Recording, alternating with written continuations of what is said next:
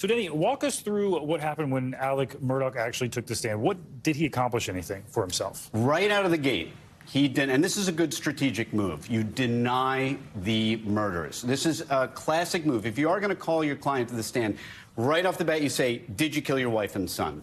Absolutely not. But then even that moment is something we already had from video of Murdaugh. So now you've opened up your client to cross-examination about virtually everything. You even saw they had video of him walking around with his solicitor's badge on, something that has almost nothing to do with this case, but that is evidence that he is, well, for lack of a better word, a little slimy. And he even admits that on the stand. It's a small point. The other thing to point out, Stephen, is that one of the hallmarks, I believe, of somebody who is lying fairly often is someone who gives you a great deal of detail about something inconsequential. He spent about 3 minutes on how do you get a chicken out of a dog's mouth, right? Mm-hmm.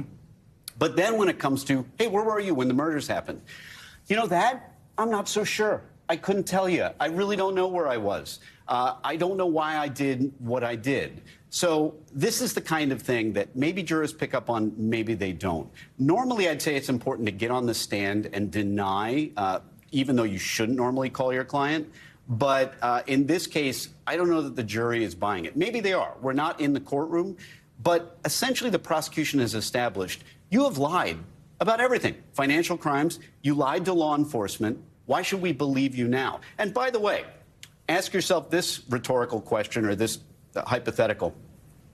If he hadn't been caught with all the data, all the OnStar information, do you think he would have taken the stand and admitted it? He's only admitting it because he got caught. And the entire theory that the prosecution did a bad investigation, he just diffused that by saying, oh, no, they were right. I was wrong. So, look, do I think it's been a victory? I don't think so. But the jury may have it a different way.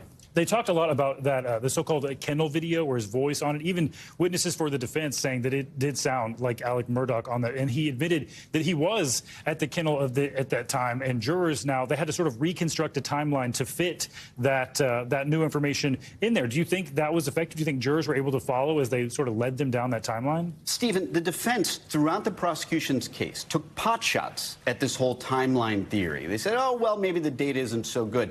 And now Murdaugh takes the stand and he essentially verifies it.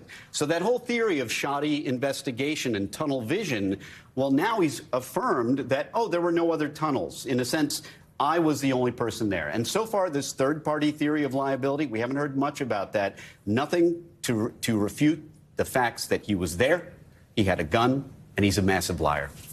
Quite a bit more to come in this case. That cross-examination continues later today. Danny Cevallos, thanks so much.